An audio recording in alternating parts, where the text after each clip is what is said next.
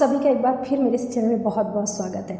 क्या आपको भी कभी किसी के किस्मत से रश्क हुआ है? क्या आपने भी महसूस किया है कि यार बंदे ने या बंदी ने क्या किस्मत पाया है, इसने तो चांदी के चम्मच लेके ही पैदा हुए, काश इसके जैसी किस्मत मेरी भी होती या हमारी भी होती। अगर आपने ऐसा सोचा है तो कोई अलग बात नहीं है, ये कॉमन चीज़ है। हम कभी ना कभी ऐसा सोचते हैं, कभी ना कभी ऐसा फील करते हैं कि काश उसके जैसी किस्मत मेरी भी होती।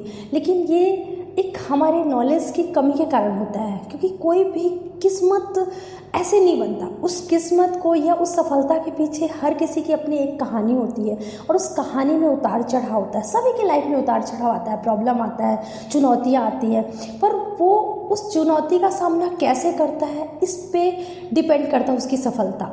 वो अगर कोई बहुत ज़्यादा सक्सेस दिखाई दे रहा है या खुश दिखाई दे रहा है, उसके पीछे उसकी भी अपनी एक संघर्ष की कहानी होती है, लेकिन वो कहानी हमें नहीं दिखती। हमें लगता है यार इसने रातों रात सफलता प्राप्त कर ली। अक्सर हमने सुना है, ऐसा आपने भी सुना होगा, हम ऐसा बोल चाले बोलते हैं यार बंदे ने क्या किस्मत पाई है, किस्मत का धनी है। लेकिन एक बात मैंने जो महसूस किया समय के साथ साथ में, जो मैंने बारीकियों को जाना, तो मैंने ये जाना कि किस्मत कुछ होता नहीं है। किस्मत का निर्माण इंसान खुद करता है, अपनी किस्मत हर कोई खुद लिखता है।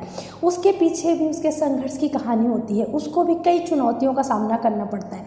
बस वो उस चुनौती को किस हिसाब से, अपने हुनर से वो कैसे उसे हैंडल करता है, बस वही उसकी कहानी लिखता है, वही उसकी सफलता की कहानी को गठ देता है या उस सफलता की कहानी का एक इबारत लिख जाता है। तो मैं आज इस चीज़ पे एक खूबसूरत सी कहानी लेकर आई हूँ और मुझे यकीन है कि आपको एक कहानी बहुत पसंद आएगी।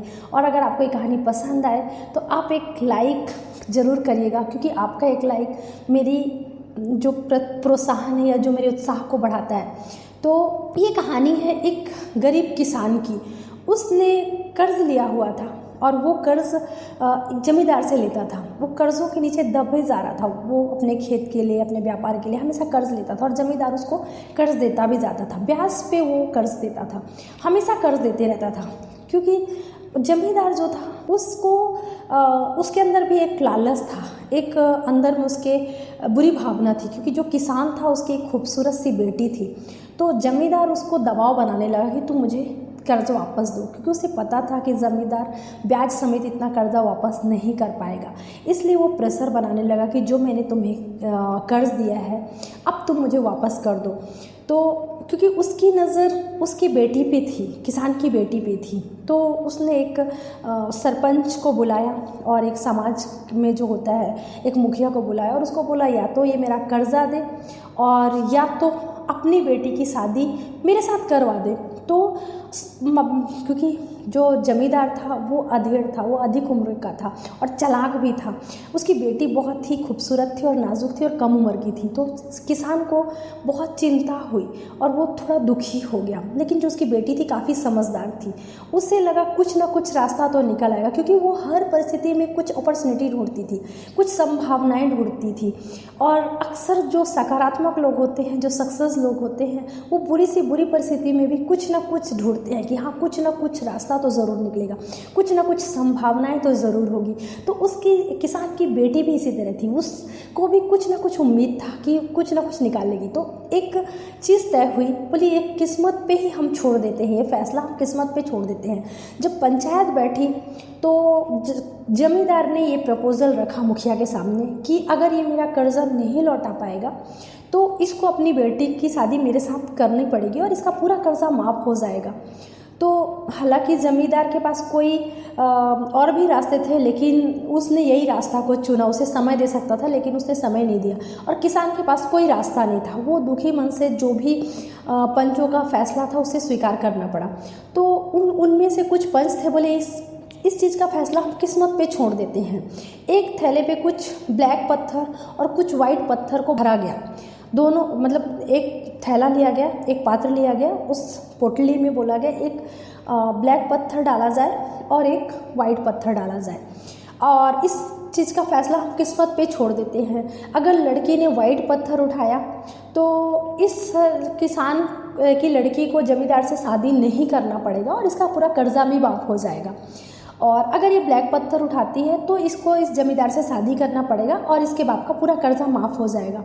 तो बोले ठीक है, लेकिन जो जमींदार तो काफ़ी चालाक और धूर्त था, उसने दो चुपके से सबका नज़र बचा के दोनों ब्लैक पत्थर को उस थैले में डाल दिया और वो वहीं, लेकिन उसकी जो जमींदार की चालाकी थी वो किसान की बेटी ने देख लिया कि वो दोनों थैले में दोनों ब्लैक पत्थर ही डाल रहा है।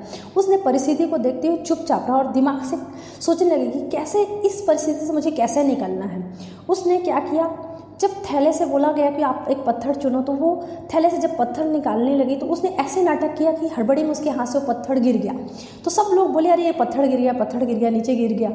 तो जमींदार की चालाकी वहाँ फेल होती हुई नज़र आई। तो जमींदार को गुस्सा आया, बोले अरे नहीं, ये कैसे वो फिर से किया जाए। ये तो जो किसान की बेटी थी जो काफ़ी होशियार थी और हर अपॉर्चुनिटी में कुछ ना कुछ देखती थी, अपॉर्चुनिटी देखती थी, हर प्रॉब्लम में कुछ ना कुछ वो सोल्यूशन देखती थी। उसने बोला कोई बात नहीं, अगर वो पत्थर एक खो गया है तो छोड़ दीजिए, इस थैले में जो पत्थर है, जो पोटली में जो पत्थर है, उससे हिसाब लगाया जा सकता है कि मैंने कौन सा पत्थर उठाया। तो चूँकि वो जमींदार तो जानता था कि मैंने बेईमानी करके दोनों उस थैले में दोनों ही ब्लैक पत्थर डाला था, लेकिन उसकी चालाकी को उसने फेल कर दिया अपनी बुद्धिमानी से, अपने जो उसका शार्प माइंड था इससे उसने उसकी चालाकी को फेल कर दिया। तो जब थैले में देखा गया तो ब्लैक पत्थर था, तो सभी ने ये डिसाइड किया कि लड़की ने जो उठाया था वो वाइट पत्थर था। और फिर ये पूरा फैसला जो है लड़की के हित में गया और किसान के हित में गया। उससे उसका पूरा कर्जा भी माफ़ करना पड़ा और उसे शादी भी नहीं करनी पड़ी। तो जो जमींदार था वो अपने आप को कोस रहा था, अपनी चालाकी को भी कोस रहा था। तो कभी कभी हमारे सामने ऐसी परेशानी, ऐसी बाधा, ऐसी सिचुएशन आती है जिसमें हम बहुत ही असहाय महसूस करते हैं, हमें लगता है कोई भी रास्ता नहीं है। लेकिन यकीन मानिए, अगर वहाँ भी आप देखेंगे, वहाँ भी आपको कुछ रास्ता ज़रूर नज़र आएगा। बस ये है कि हम उससे कैसे निकलते हैं, कैसे अपने हुनर से हर प्रॉब्लम में हम अपना जो है सिचुएशन में अपना जो है समाधान निकाल लेते हैं, अपना फ़ायदा निकाल लेते हैं। यही से सफलता की शुरुआत होती है। तो आप भी देखिए, सबके लाइफ में ऐसे उतार चढ़ाव आते हैं, लेकिन बस अंतर ये रहता है कि वो उस चुनौती का सामना बहुत हिम्मत से और बहुत ही धैर्यपूर्वक अपनी बुद्धिमानी से करते हैं और हर प्रॉब्लम से वो निकल जाते हैं और एक सच्ची सफलता पाते हैं। तो यकीन है आपको ये स्टोरी ज़रूर पसंद आई होगी। और अगर आप लोग मेरे चैनल में नए हैं तो प्लीज़ इस चैनल को सब्सक्राइब करिए और एक लाइक का बटन ज़रूर दबाइएगा। और अगर आपको पसंद आए तो चैनल को तो सब्सक्राइब करने के बाद आगे भी इस वीडियो को शेयर करिएगा। Thank you.